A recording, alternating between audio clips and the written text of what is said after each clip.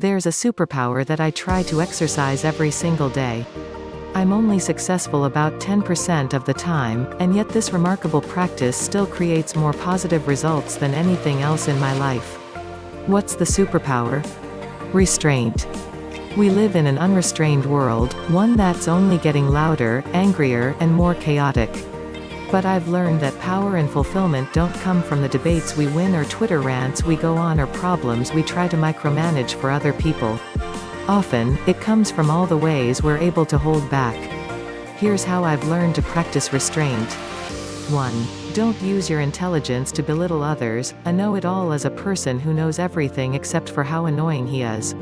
Demetri Martin. If you're smart, you probably want people to know it. While you shouldn't hide your way of thinking, there are costs in displaying your intelligence every chance you get. People don't like being corrected, and they don't want a mirror reflecting their own inadequacy back to them. If you're in a work setting, follow a rule from Robert Greene's book The 48 Laws of Power: never outshine the master. Showing up your boss is a surefire way to make the relationship a contentious one, even if only subtly. I'm not saying you should become a sycophant, just be mindful of how and when you push back. In general, waving your intelligence in other people's faces shows that you lack another important type of intelligence, social intelligence. If you had it, you'd understand that letting other people take the spotlight makes them feel important and that they would connect the feeling with being around you. Instead of calling out your intelligence, let it speak for itself. 2. Resist groupthink. Madness is rare in individuals, but in groups, parties, nations, and ages, it is the rule. Friedrich Nietzsche. We lie to ourselves all the time. One of the main lies we tell ourselves? That we're open-minded. The reality is, each of us cobbles together an identity based on narratives we've been told by groups we belong to. It's not necessarily a bad thing. Human beings are tribal creatures, and groupthink can help people get things done. The problem arises when we become incapable of holding views that deviate from our group's stance. This is what we're seeing in the political sphere right now. No one is budging on anything. If you're able to form your own worldview, and a legitimate one created through independent thought should contain elements of contradictory philosophies, you'll no longer get swept into mudslinging contests. You'll be able to focus on improving your life and your community. The first step is to simply acknowledge how difficult it is to form untainted beliefs. This will give you the humility to second-guess your own opinions. Once you're able to challenge yourself regularly, you'll be able to see the world through the lens of your individuality and sit confidently with your own opinions while everyone else bickers. 3. Stop caring what people think about you. You want praise from people who kick themselves every 15 minutes, the approval of people who despise themselves. Marcus Aurelius. Do you want to know a great trick for letting go of other people's opinions?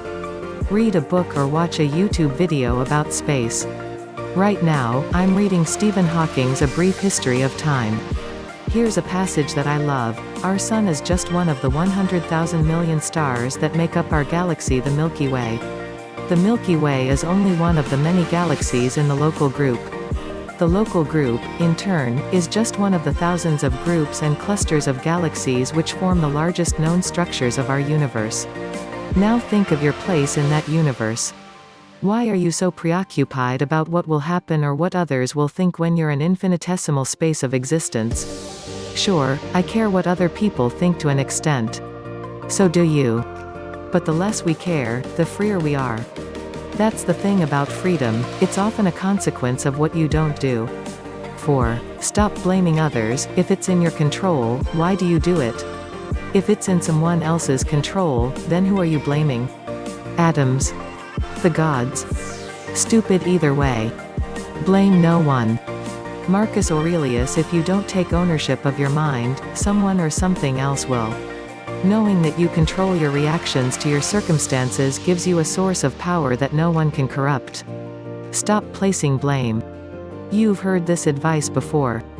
Why am I repeating it here? Because it's really, really hard. Like most of us, I get angry when someone slights me or treats me unfairly. When situations don't go the way I want them to, I begin feeling sorry for myself. But if I'm lucky, I can catch myself and focus on the role I played in the situation, and then I know what I can do to make it better. 5. Stop waiting for your chance to talk. Most people do not listen with the intent to understand, they listen with the intent to reply. Stephen Covey. Have you ever been in a conversation where it's clear no one is listening? Where, as each person talks, the others are waiting for that millisecond of silence to jump in. When you're a little more restrained in your actions, when you can pull back from the urge to constantly chime in, you become a better observer. And when you become a better observer, you realize that you can get further ahead by doing less. If you give up your need to jump into the conversation right away and instead listen, really listen, people will gravitate to you. They'll open up about their hopes, fears, desires, needs, likes, dislikes. Keep showing them that you're someone they can trust by repeating what they said back to them, asking questions that encourage them to keep talking, and highlighting things you have in common. That's how you make connections, not by jumping into the debate at the first possible chance just to hear yourself talk. 6. Stop letting your desires pull you in every direction. Those who act with few desires are calm, without worry or fear. Buddha. Ambition can be good and necessary. It can also be poisonous. Every time I do something I don't really want to do just because I think it will help me get something I desire, I feel bad. I feel incongruent with who I want to be. In my writing, when I focus too much on results, the number of articles I publish or clicks I receive, the writing itself suffers. And it starts to feel like work.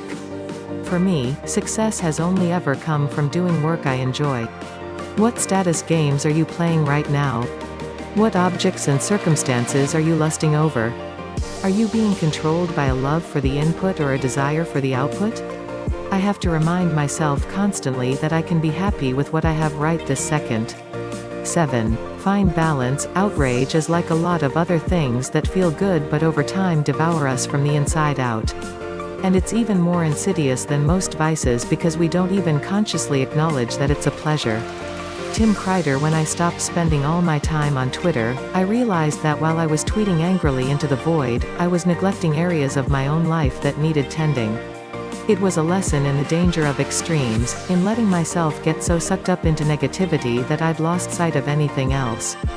There are real problems in the world, but there's also joy to be found. Restraint means making space for both of those facts in your mind.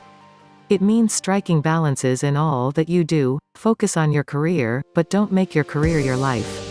Be prudent, but don't obsess over money. Spend time with your friends and family without worrying about their problems. Clutching on the steering wheel of life gives you the illusion you have control. You don't, really. Just live.